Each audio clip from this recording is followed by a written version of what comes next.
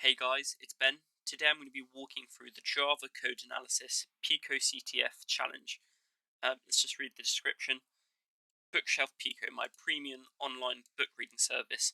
I believe the website is super secure. I challenge you to prove me wrong by reading the flag book.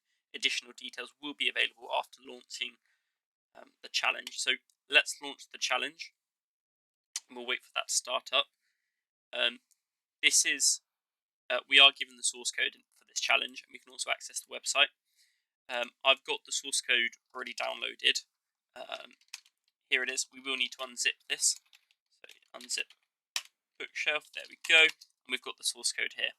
By the title of the challenge, and if you want to dig around the source code, you will find out it is using Java, which I'm not too familiar. I don't know how to write in Java, but I can sort of read, sort of see what it means when I read through the source code. So the information it gave us is the credentials to get started is user and user. So let's log in with those credentials. User, and we can see there are these books. There is, if I close this, I currently own a free account, so I guess this is my level of account. We can go to my profile, and it says the email, my username is user, the role is free, and then there are these books here. So there's 3 books. There's one, the flag one, which is what we're looking for.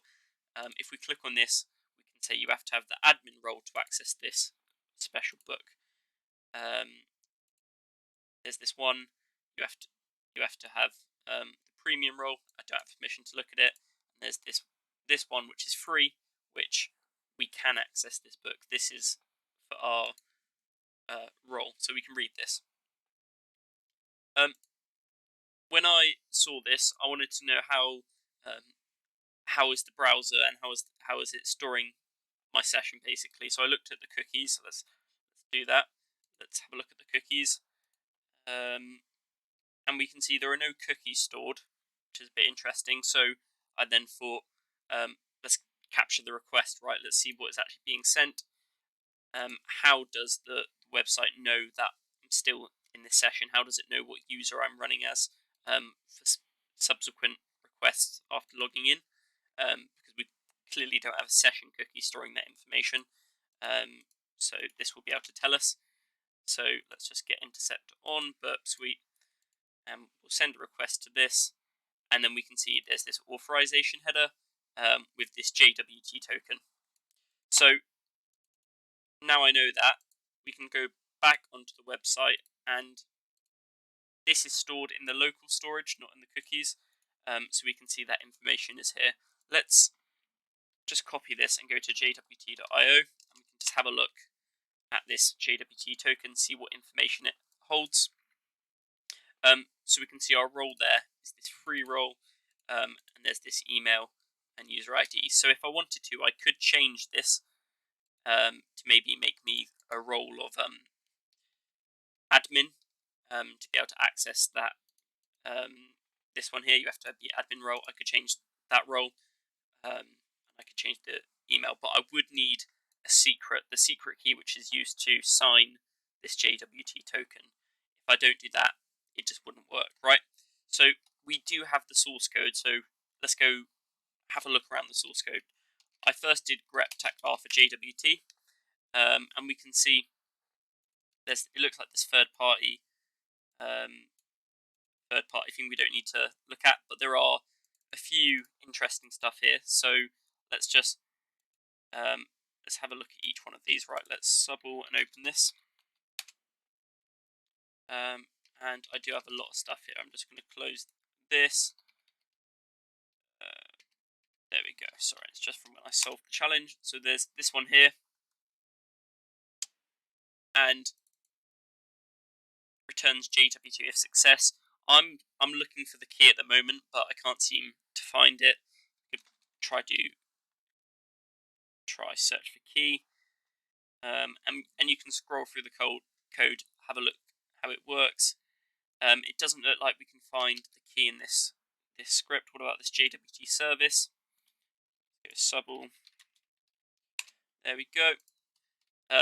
This looks a bit more interesting, right? So there's this secret key variable, it looks like, being defined, plus the other fields which we saw, user ID, email, role. So this is more what we're looking for. It says this, it's referencing this secret generator to generate the secret key. So that is probably like an external script. I don't know about Java. I don't know the terminology for this. So how about we now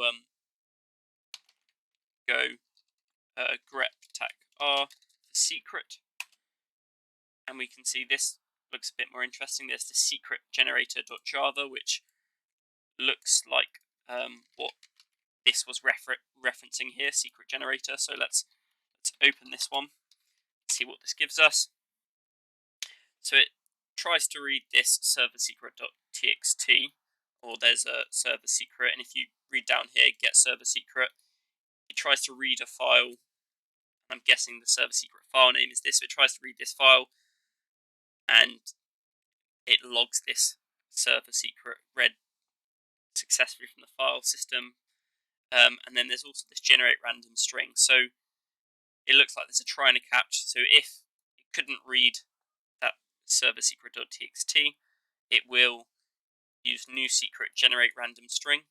And this generate random string, it looks like it's passing an input of 32, a parameter 32 for the length, but it just returns 1, 2, 3, 4. So this generate random string, you can just think this to be the new secret to be 1, 2, 3, 4.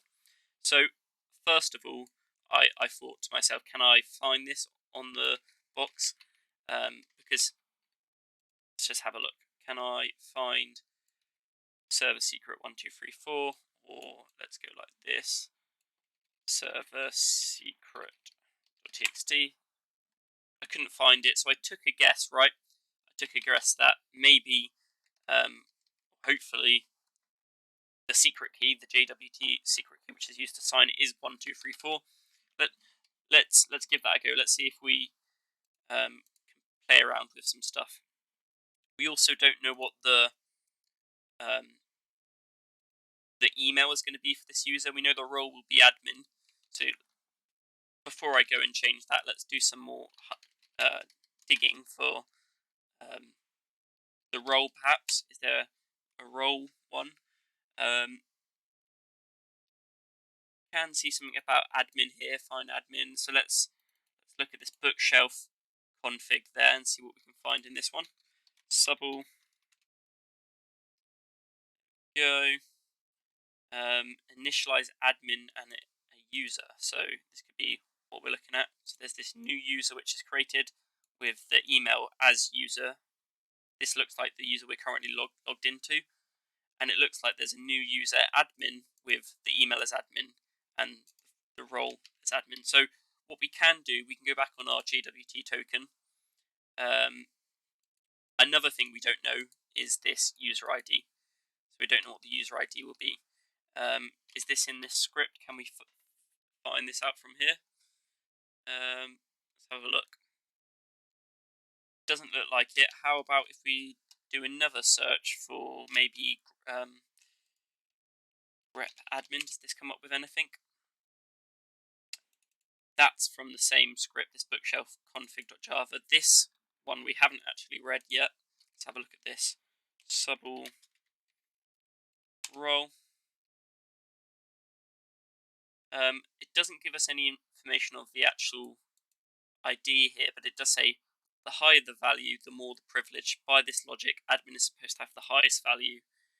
We know there was, from this config, there was at least 2 users created, right? There's this user here called user, and this user called admin. We could probably take a guess that the higher the ID, the higher privileges. Maybe the admin will have a user ID of 2. And we know the email from the config JavaScript is admin.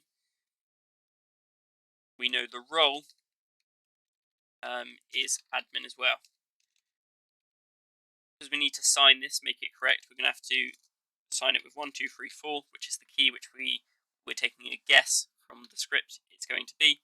And now we can change our local storage and see what this does. So let's set that there for the auth token, and I accidentally, what was it, payload, was that what it was? I'm pretty sure it is. If not, we can redo this and paste that there. And if we refresh this, let's see what happens. And it looks like we return nothing, as I think I may have broken the local storage. So let's just go in incognito mode and try this again. There we go. Copy link. There we go. Go in here. Let's try this again. There we go. User. And we can go copy this here. So first of all, I'll copy the JWT. There we go. And I'll inspect storage, local storage. There we go. Oh, it's called token payload, that one. So we can set that there. And we want to take the payload and set that here. Let's refresh this and see what this does. We can now see we are the admin role. And if we go on the flag, we've got the flag. So we've basically figured out the signing key used for the JWT, and we've changed the payload to make us the admin user. So we've solved the challenge. Hope you've enjoyed, and I'll see you on the next one.